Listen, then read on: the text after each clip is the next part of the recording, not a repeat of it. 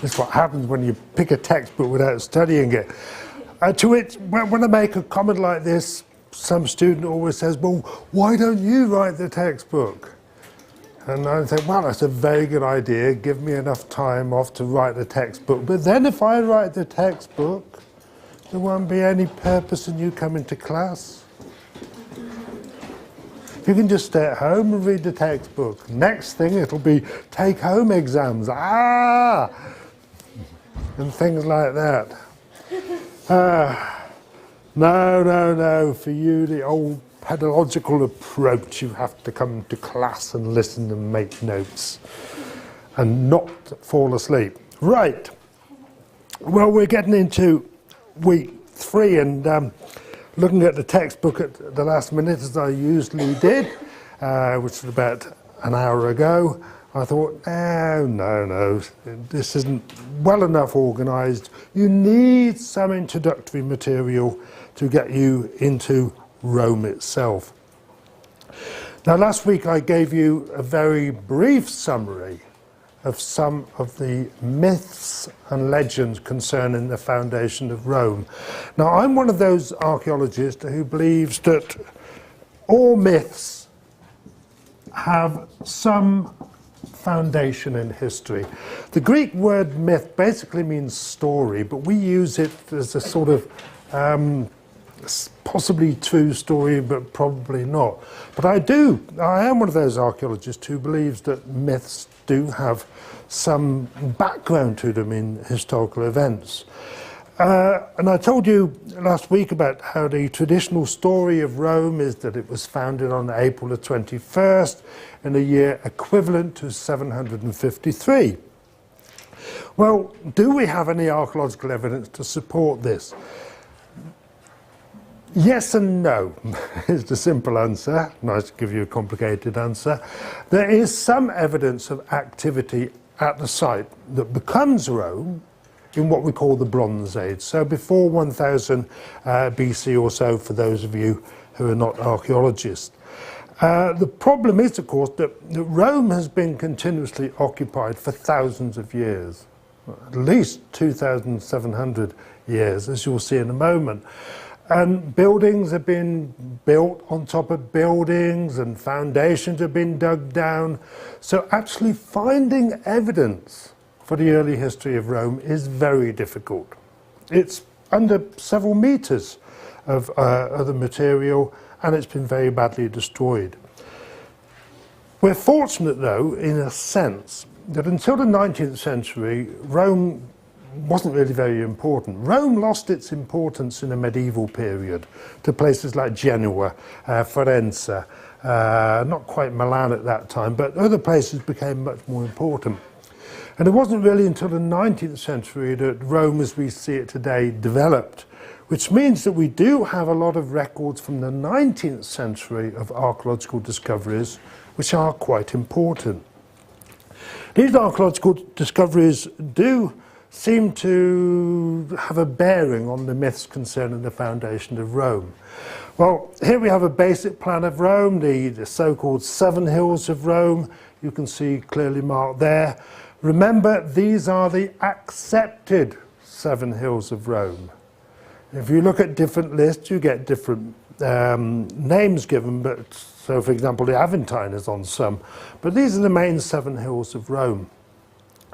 The 19th century building works revealed an enormous amount of information in the sense of showing us where there were 2 different types of burials to be found in Rome. Cremation graves containing the burnt remains of people who had been, bodies had been burned before burial, and inhumation graves. And you can see that there's a concentration of cremation graves down here, 1 or 2 on the Palatine Hill, which is where Rome was traditionally founded. We have large groups of inhumation graves going out there. Now, it's generally assumed by archaeologists that when you've got 2 different types of burials, you've got 2 different groups of people. That's not always the case. This is what we saw, for example, in that tomb in Cerveteri, where the male was cremated and the female was inhumed.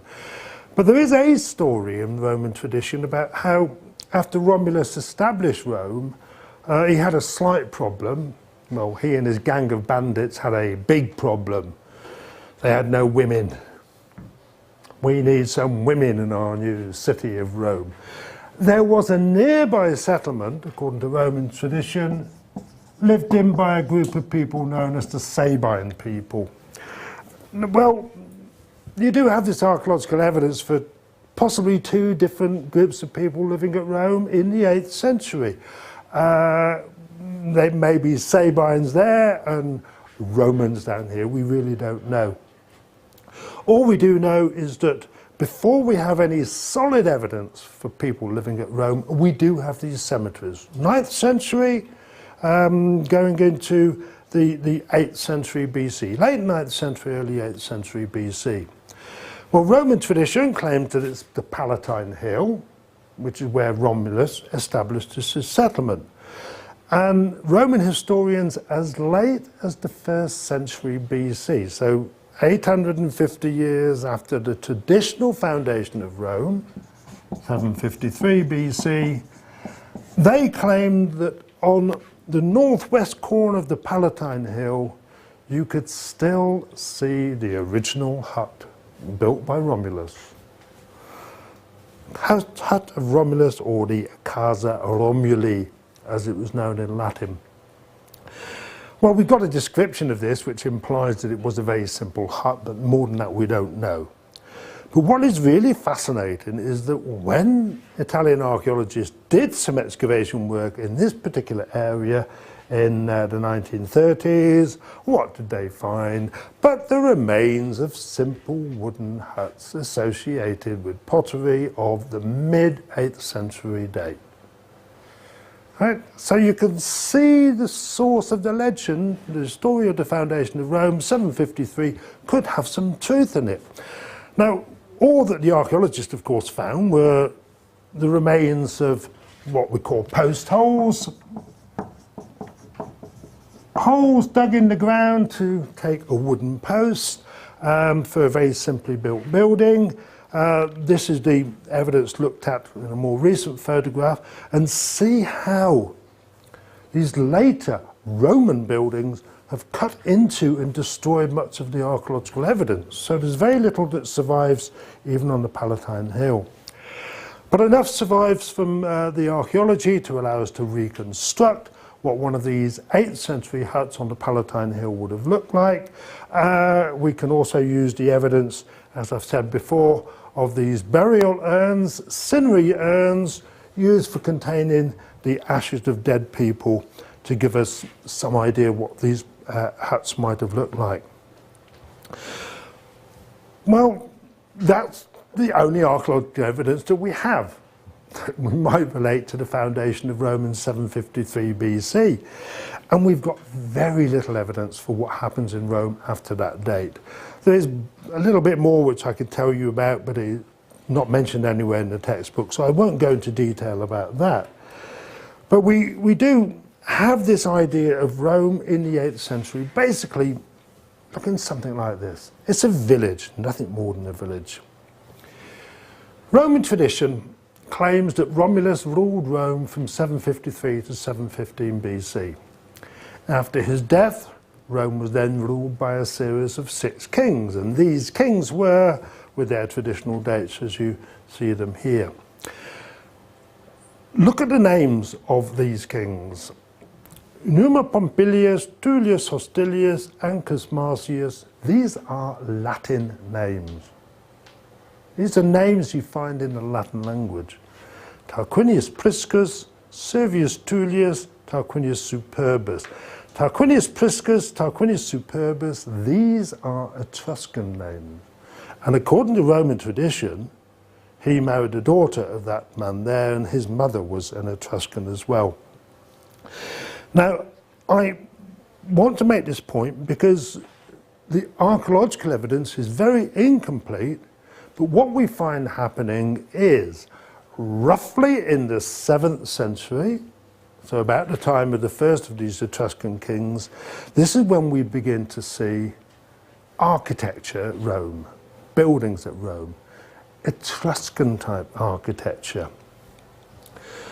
The earliest of these buildings, the structure rather than the building, is the structure we know as the Cloaca Maxima. Cloaca Maxima means the big drain. That's all it is. Maxima, big cloaca drain. The big drain was built so that all the small streams running in this area could be taken underground to the river here to allow this area to be occupied, to allow this area to have houses built in it. This area eventually becomes the Forum Romanum. This is the political centre of Rome. But at the time we're talking about, when the Cloaca Maxima was built, it had been a cemetery, but then it starts to get buildings on it. This is what the Cloaca Maxima looks like. Its date is roughly about the 7th century. Parts of it were rebuilt at different periods, so we can't say all of it is 7th century. But the Etruscans were known to build things like this to dry out, to drain wet areas in the area of North Italy. So this is a good piece of Etruscan work. But it's probably no accident that when we actually look at the earliest buildings we can see in Rome, away from the Palatine Hill, they are in that area, the Forum Romanum, before it becomes the Roman Forum. And what we have is a series of houses that look Etruscan-inspired. Perhaps the most famous of these, because it continued to be rebuilt and rebuilt right through down into the Imperial Roman period, is the building we know as the Regia. This is a rather strange name because Regia means the king's house. We know that after Rome became a republic, and I'll talk about that in a moment, this became the house of the Pontifex Maximus, the chief priest of Rome. It actually means the big bridge builder. The connection is this: the chief priest was responsible for blessing the bridge after it was built. And Pontifex Maximus is, incidentally, still one of the titles of the Roman Catholic Pope in the Vatican today, so it's a long-lived title. So the Regia seems to have been the official home of the kings of Rome sometime in the 7th to 6th century. There's even a piece of pottery from there with the word Rex for king written on it. It's built in its earliest phase in a typical Etruscan style, stone foundations, mud brick and wood on top. But everything about this is Etruscan. This is the type of building that we see in parts of Etruria, the Etruscan territory from a much earlier date. And not far from this is another building, again of typical Etruscan date, style, stone foundations, mud brick and wood superstructure, the part above. We know this was at least 2 floors high. It seems to have just been an ordinary private house, something like that. So it is this point then that it seems to be that when Rome has rulers with Etruscan names, this is when Romans start building Etruscan buildings. Now, you won't find anything in Roman history or tradition about this. Yes, they talk about Etruscans living in Rome, but nowhere in the Roman histories do they say, yes, we were ruled by the Etruscans for a while. You know, I mean, this is something which is forgotten history, but which we can learn about by analysis of the names. The much more significant impact of the Etruscans on Rome, though, at this general period, was this is the time we have the first temples being built at Rome. The oldest temple we know of at Rome, it's not certain who it was dedicated to. It may have been to Fortuna, but I'll come back to that in a moment. This was found completely by accident in 1937 when the Italian government decided to build an office block next door to a church called San Omobono, the Church of San Omobono. When they started the building work, they found the remains of two late Republican Roman temples. I think they're 2nd century BC. And a bit more work revealed that one of these had been constructed over a much older temple, a temple of the 6th century date. Well, this temple is typical Etruscan in style, as from what we can see from the remains. It's a podium, a platform standing about 2 meters high. The podium made of the rather poor stone that you can find around Rome. The stone is held together by lime mortar. On top of that podium was presumably a temple built Etruscan style, mud brick and timber. Nothing survived of the actual temple, but what did survive was some of the temple decoration.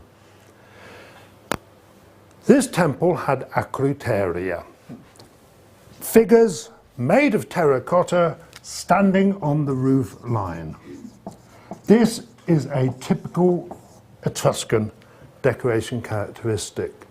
They're not quite life-size, and as you can see, they're rather badly preserved, but there's enough surviving of this one to indicate that we've got Minerva, the goddess Minerva, and she's got her archaic smile. Hey guys, here's my archaic smile. Unfortunately, the figure she's standing with, missing its head, but you can just see he's got lion paws on his chest, so he must represent Hercules. So this must be a temple to, well, some people think Fortuna, but the alternative could be Minerva and Hercules. But remember the temple at Veii. The temple at Veii was dedicated to the Etruscan equivalent of Minerva, but the figures on the roof, the acroteria figures, were of Apollo, Artemis, Hercules, Mercury, telling a story from the labours of Hercules. This is the oldest known temple we have in Rome. Dated, broadly speaking, to the early 6th century, middle of the 6th century, built in Etruscan style, decorated in Etruscan style with these two figures here. And no, of course, you won't find these in the textbook, so I hope you're all making lots of very good notes about this, otherwise you'll have a problem. The only other thing we know about the temple is that, like a typical Etruscan temple, it had terracotta gable plaques. So pieces of moulded pottery fired to a temperature of about 400, 500 degrees, which decorated the outside of the building. Originally, as these ones on the line of the roof, originally painted. And you can just see, I know this is a terrible photograph, but these guys are actually standing in a chariot. It's a chariot procession. Well, this is what you would find on an Etruscan temple. But what's really fascinating about these terracotta plaques is that analysis shows the clay used to make them comes from Rome, but the mould, the former used to produce this pattern, was actually used to make plaques at two temples in Etruria. So this is as conclusive evidence as you can possibly get that in the early 6th century, roughly the time when Etruscan kings are ruling Rome, you've got Etruscan workmen in Rome showing Romans how to build a temple or whatever. Well, only slightly later in date than the San Omobono temple. Well, slightly later, we don't have that firm dating evidence. A lot of the dating evidence relies on circular arguments. I'll be quite honest with you there. We don't have coins, for example. We don't have inscriptions. The dating evidence relies on how you date the pottery. But by the end of the 6th century, we do have something which is really the most dramatic evidence of Etruscan influence on Roman architecture. This is the Capitoline Temple, a temple that was started on the instructions of Tarquinius Superbus, the last of the kings of Rome. We're told by later Roman historians that Tarquinius Superbus ordered workmen to be brought to Rome from all over Etruria, the homeland of the Etruscans, to work on this temple. Very, very little, unfortunately, remains of it because this is on one of the highest of the hills at Rome. This was a hill that became the seat of the Roman government in the Renaissance period. So this basically shows you what we know exists there, mainly in black. These are the remains of Renaissance buildings. Actually, when you go there, you don't see very much underneath the Capitoline Museum. We can see the podium, parts of the podium, which stood about 4 meters high, built of the local volcanic stone, a rather soft stone, not terribly good building stone here at Rome. The excavations have allowed the plan to be restored. This is an Etruscan type temple on a podium, steps at the front, 3 rows of 6 columns made of wood along the front. It also has extra columns along the sides. But notice there are no columns along the back. This distinguishing feature between an Etruscan temple, Roman temple, and a Greek temple. A Greek temple will have usually columns all the way round.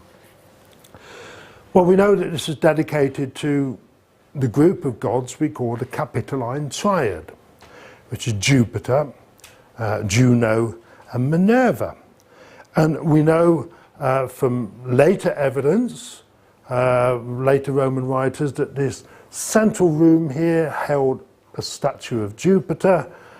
The other 2 rooms held statues of Juno and Minerva, but we don't know which one's which. This is a massive construction. It's 210 Roman feet long, 180 Roman feet wide. Well, that's 62 by 53 meters, more or less. I prefer to think in terms of Roman feet, because feet are natural things for measuring with, and you can imagine what 62 feet or 50 feet look like in that particular way.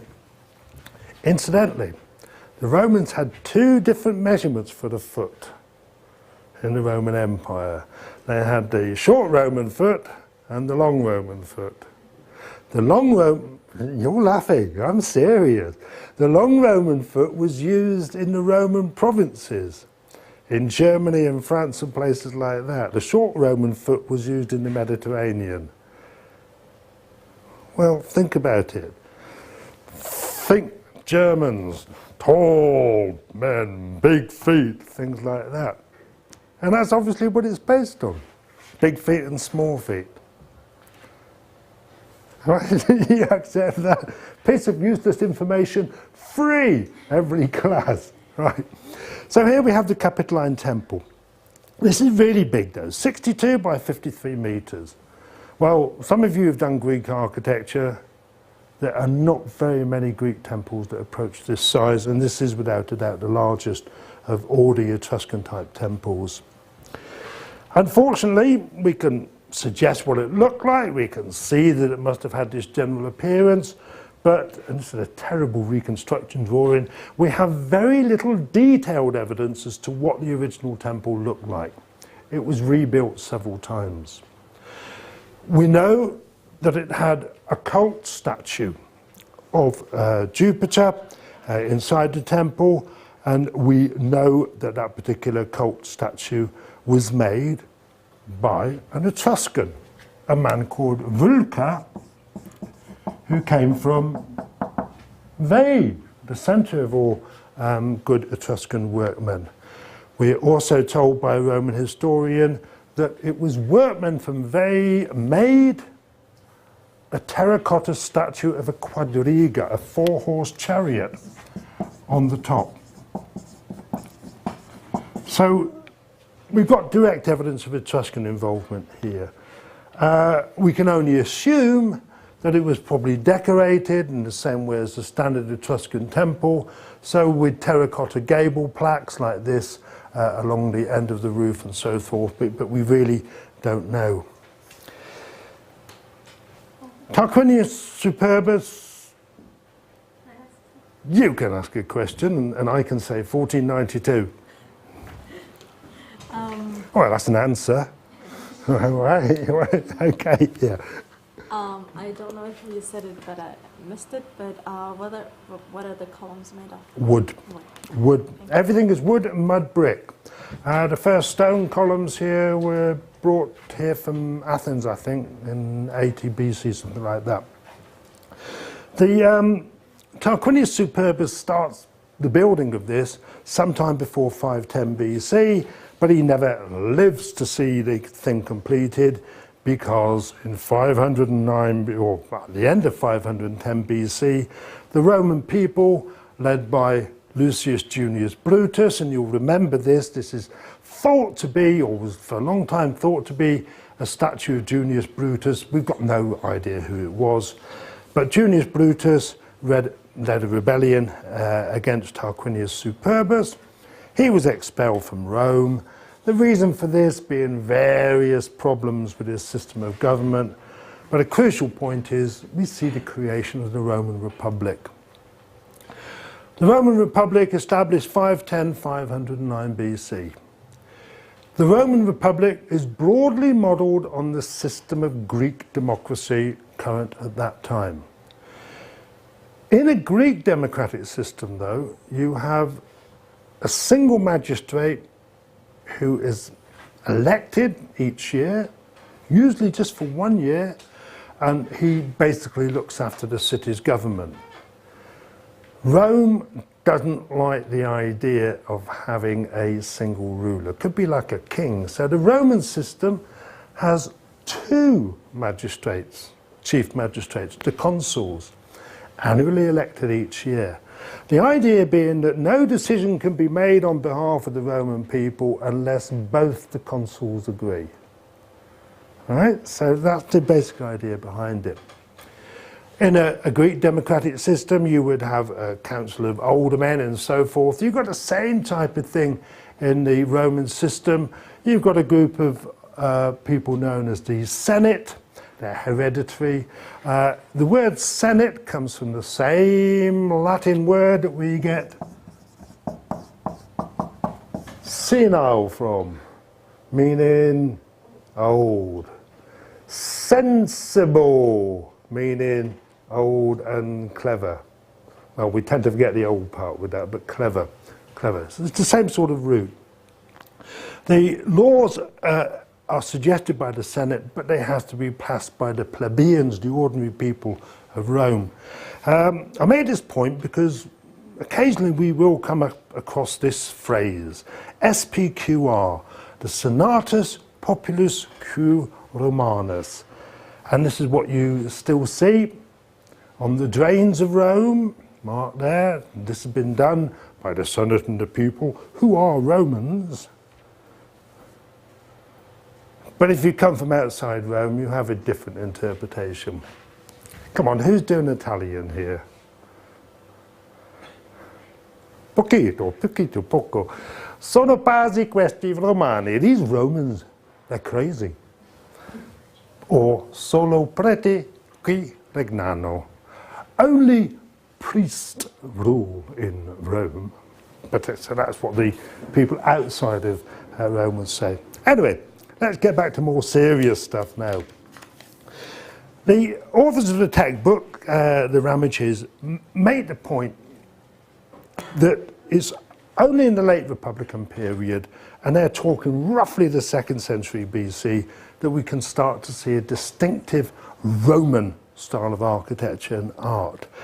Well, yes and no. In actual fact, what we can see is from an earlier date, from when Rome is expanding into other areas and Just briefly to remind you, of course, that Rome doesn't start expanding until the 3rd century, but by the 2nd century, it's got control of most of the Mediterranean world. We do see a rather stereotyped picture of what a typical Roman house was. Well, yes, the so-called atrium house.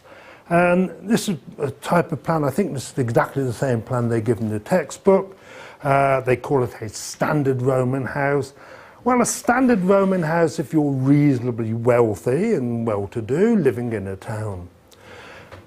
The basic plan consists of an entranceway known as the fauces, which means the jaws, the swallowing jaws, that type of thing. You go into an open space called an atrium, which has a roof, but there's a hole in the centre of the roof to allow sunlight and water to come in to fill up a water pool called an impluvium. There are usually rooms around all this called cubicula, plural, cubiculum singular, with at the back a formal dining room, triclinium, a formal area, kind of like a salon in a way, but without the digital TV, the tablinum there, which is where you kept statues of your ancestors. Would you like to see statues of my ancestors? Come to my tablinum. This is the formal part of the house. If you were rich, and from the 2nd century onwards, you would have a nice garden at the back with a colonnade going around it. Well, yes, this is a typical atrium house. In fact, our knowledge of Roman domestic architecture in Rome is rather limited, and most of our knowledge about private housing in the Roman world, in Italy, in the Roman world, comes from Pompeii and Herculaneum, which were covered with volcanic ash in the year 79. This is the house of the silver wedding at Pompeii, though, and here we're looking, the forces are over there, we're looking over the atrium with its columns, the opening in the roof, and the impluvium there. Well, we do see this type of atrium house appearing in Rome from 500 BC. It's possible the idea comes from the Etruscans again, because some Etruscan tombs at Cerveteri have the same type of plan. A sort of entrance passageway going into a square or rectangular room. Think of the tomb of the shields and the chairs, for example, with other rooms at the back. Well, yes, I suppose you could have something like this if you were really wealthy, but the evidence we have from Rome suggests that most people lived in a much simpler version, something like this. These are Roman house plans from the settlement at Cosa. Cosa, a Roman settlement established northwest of Rome in 273 BC, so we've got a very good date for these house plans. The broad features are there. You can see you have your entranceway, the fauces, you've got these rooms on either side. In this house, actually used for keeping the horses in. They could be bedrooms, general purpose rooms. As far as we can see, the Romans didn't have the same concept of rooms with a specific purpose. So there is no actual word that means bedroom or sitting room or drawing room or dining room. Well, dining room there is, but so these seem to be multi-purpose rooms. In these simpler houses, there wouldn't be an atrium as such with a roof over it. There'd just be an open courtyard type space. You've again got your tablinum, triclinum and kitchen and so forth at the back. Well, if you have to live in a city, if you've got to live in Rome, property is expensive, houses are small. You know, think of what you can buy in Seattle, for example, compared to New York for the same price, New York City. You know, you can get big house in Seattle, you get small one in New York City. Well, you get an apartment if you're lucky, and you get free bed bugs with it, if you're even luckier still. My daughter, by the way, it's her birthday today, wrote to me to say, Dad, I can't stand New York City anymore. She's been there for a month and a half. She's gone back to Peru. I think she likes eating guinea pigs or something like that, yeah. They're nice. Except look funny with the teeth like that, but you get used to it. So wealthy Romans, of course, would prefer to live outside of Rome. And we see in the textbook they mention to the villa of the papyri, so I'm putting it up on for show here. Now, a villa is, strictly speaking, a farm. Nothing more than a farm, but a farm that becomes a holiday home. And that's what the villa of the papyri is. This was found just outside Herculaneum, one of the other two places covered by the volcanic eruption of AD 79. It's a long way underground, but the plan was recovered through excavation in the late 18th century, 1790s or thereabouts. The reason for the name, by the way, the villa of the papyri, is that when they excavated it, and they found in this room here had been a library. And it had a whole collection of papyrus scrolls. And there's enough evidence from the papyrus scrolls to indicate that the owner of the villa was the father-in-law of Julius Caesar, which is a rather interesting thing. Well, this is what these scrolls looked like when they were found. And when they were found in the 18th century, they'd been carbonized by the heat. They thought first they were pieces of wood and chucked a few away, and one broke open, they saw, oh, Greek writing inside it. So then they tried to unroll them, which wasn't very easy, and several got broken up. And it wasn't until about 10, 20 years ago that they worked out a method of being able to unroll them, photograph them using infrared photography.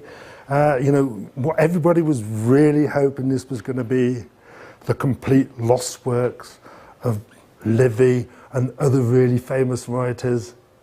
Everyone that's been looked at so far, and there's about 450, represents the writings of a philosopher who was so boring that we know his name from other Roman philosophers, but we know nothing else about him.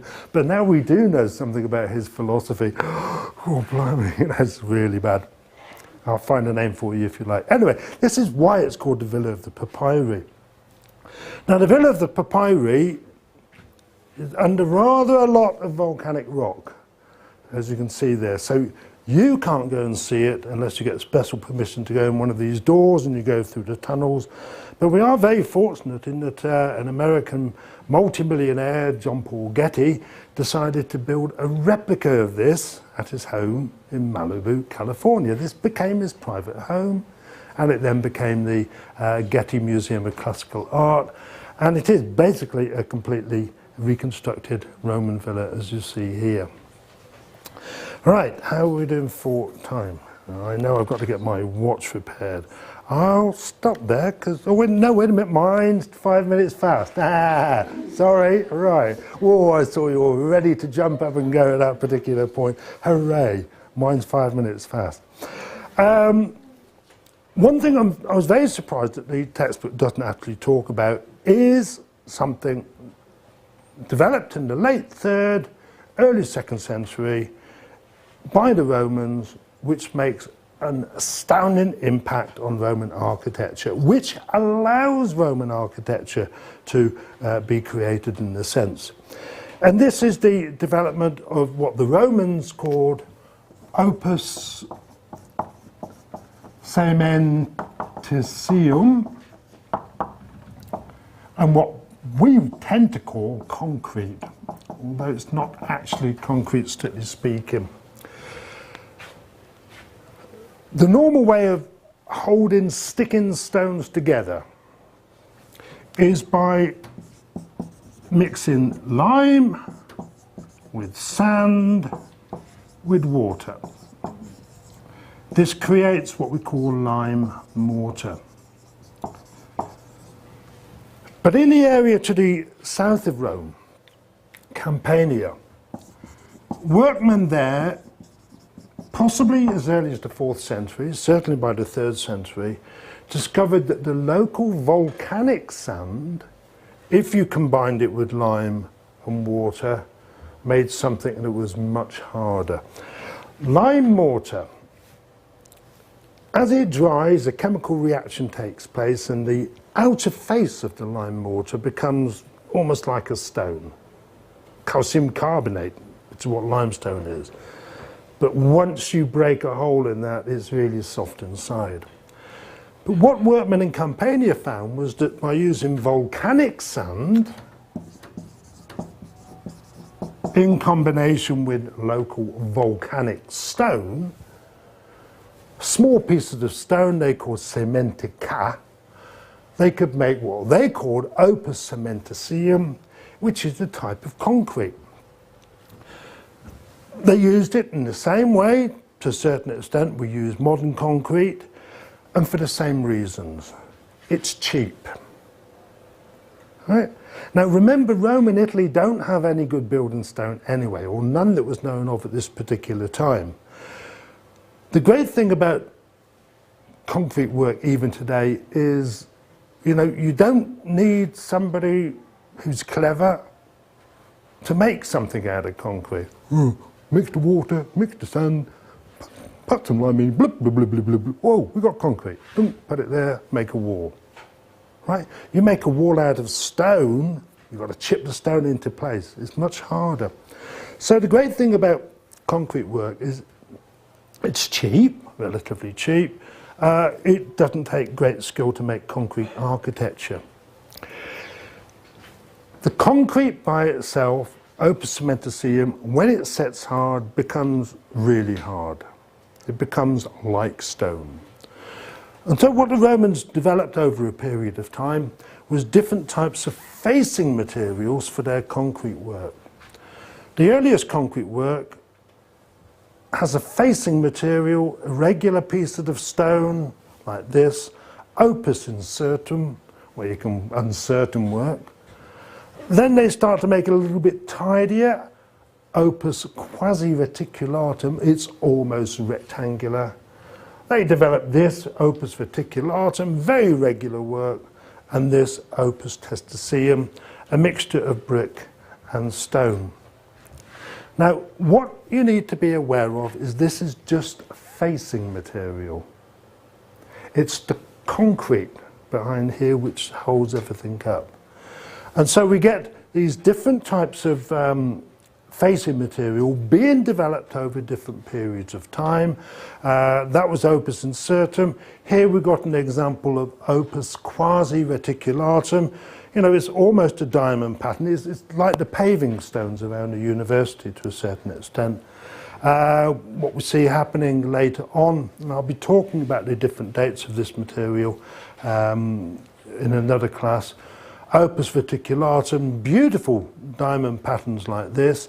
It's only facing material. And then going into opus mixtum, in which you sometimes get lines of bricks going all the way through. Now notice the edges of doorways, the edges of buildings are always made of square pieces of stone or pieces of tile. And the correct word for the edges is, go on, have a go at pronouncing that. Coins. Coins. As in para, coins. Yeah, that's how you say it. So you get brick coins here, until finally you get down to, in the imperial period, buildings made of concrete, covered with brick like this, opus testicium or latericium, but it's all entirely concrete architecture. Now I will stop at this particular point, the sanctuary of Jupiter Anxur at Terracina, and I'll be talking about this in the next class. Okay.